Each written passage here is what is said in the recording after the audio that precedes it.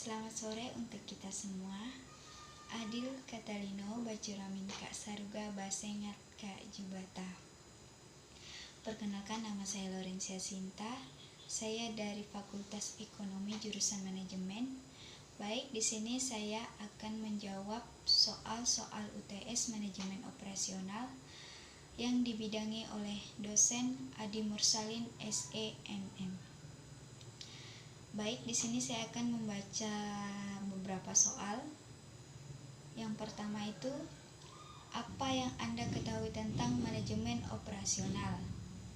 Yang kedua itu, sebutkan ruang lingkup manajemen operasional. Soal nomor 3, sebutkan perbedaan antara barang dan jasa.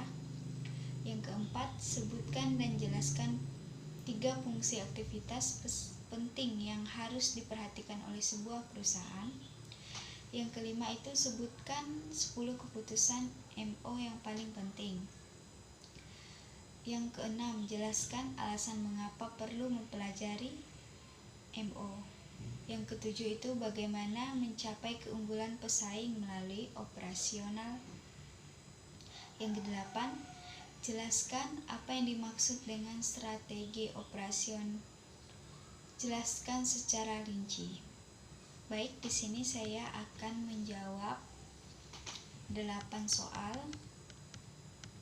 Yang pertama itu, menurut saya manajemen operasi adalah sebagai bentuk pengolahan menyeluruh dan optimal pada aspek tenaga kerja, barang-barang, misalkan mesin, peralatan, dan bahan mentah, atau faktor produksi lainnya yang bisa dijadikan produk barang dan jasa yang lazim untuk diperdagangkan. Jawaban saya yang nomor 2, ruang lingkup manajemen operasional meliputi 3 bagian utama, yaitu yang pertama itu perencanaan sistem produksi, yang kedua itu pengendalian produksi, yang ketiga itu sistem informasi produksi. Yang ketiga, perbedaan barang dan jasa. Yang pertama itu perbedaan dari bentuk, yang kedua itu distribusi, yang ketiga itu pengukuran mutu, dan yang keempat itu kepemilikan. Jawaban soal nomor 4, fungsi aktivitas penting yang harus diperhatikan oleh sebuah perusahaan. Di sini memiliki 3 fungsi. Yang pertama itu fungsi keuangan, yang kedua itu fungsi operasi, dan yang ketiga itu fungsi pemasaran. Jawaban nomor 5, 10 keputusan MO yang paling penting sebagai berikut. Yang pertama itu perancangan barang dan jasa, yang kedua itu kualitas, yang ketiga itu perancangan proses dan kapasitas, yang kelima itu perancangan tata letak, yang keenam itu sumber daya manusia dan perancangan kerja, yang ketujuh itu manajemen rantai pasokan, yang kedelapan itu persediaan, yang kesembilan itu penjadwalan, dan yang kesepuluh itu pemeliharaan. Jawaban nomor 6, jelaskan alasan mengapa perlu mempelajari MO.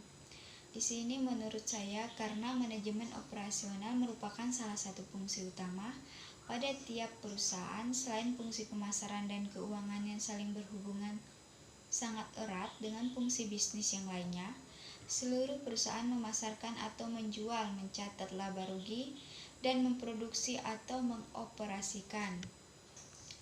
Jawaban nomor 7, keunggulan bersaing dalam manajemen operasi dapat diciptakan melalui 3 strategi. Yang pertama itu bersaing dengan diferensiasi, yang kedua itu bersaing dengan biaya, yang ketiga itu bersaing dengan respon. Saya akan menjawab soal nomor 8. Yang dimaksud dengan strategi operasional adalah strategi operasi merupakan komitmen terhadap seluruh kegiatan yang direncanakan. Di sini memanfaatkan seluruh sumber daya yang ada secara maksimal dan melakukan proses informasi. Demikian mencapai defense, kompeten, serta tujuan operasional perusahaan. Baik, itu jawaban dari 8 soal dari saya. Dan di sini ada satu soal mengenai 2 video. Berdasarkan video di atas, saya menjawab pertanyaan sebagai berikut. Untuk pertanyaan yang A, judul video. Di sini judul video di atas yaitu Supply Chain Strategy and Performance. B, bagian B, pembicara dalam video tersebut adalah Profesor Nyoman Pujawan, PhD, CSCP. Beliau berasal dari Professor of Supply Chain MITS. Bagian C, Supply Chain Management adalah rangkaian kegiatan yang diperlukan untuk merencanakan, mengendalikan, dan menjalankan arus produk. Yang D, Supply Chain Management berperan penting bagi sebuah perusahaan karena dapat menekan kerugian dan justru dapat laba di atas rata-rata. Yang bagian E, penjelasan teori supply management yang dijelaskan oleh pembicara dalam video di atas, yaitu membahas beberapa aspek dari SCM tersebut, diantaranya untuk part pertama itu pentingnya supply chain strategi, yang kedua karakter produk, yang ketiga pilihan strategi, yang keempat developing point, yang kelima itu post payment. Untuk part kedua, pentingnya strategi supply chain management menentukan keunggulan dalam pasar atau kalah dalam persaingan. Untuk yang bagian F, yang dapat saya pelajari dari 2 video di atas yaitu bagaimana strategi yang sangat baik untuk melakukan persaingan dalam sebuah usaha serta memperkenalkan produk sebuah perusahaan yang di pasar. Diminta kita mengetahui berbagai permintaan di pasar atau sebuah perusahaan besar dan mendapatkan investasi yang luar biasa. Sekian jawaban dari saya dari 9 soal UTS dari Bapak Adil Mursalin. Saya ucapkan banyak terima kasih. Adil Katalino Bacuramin Kak Saruga Basengat Kak Jubata.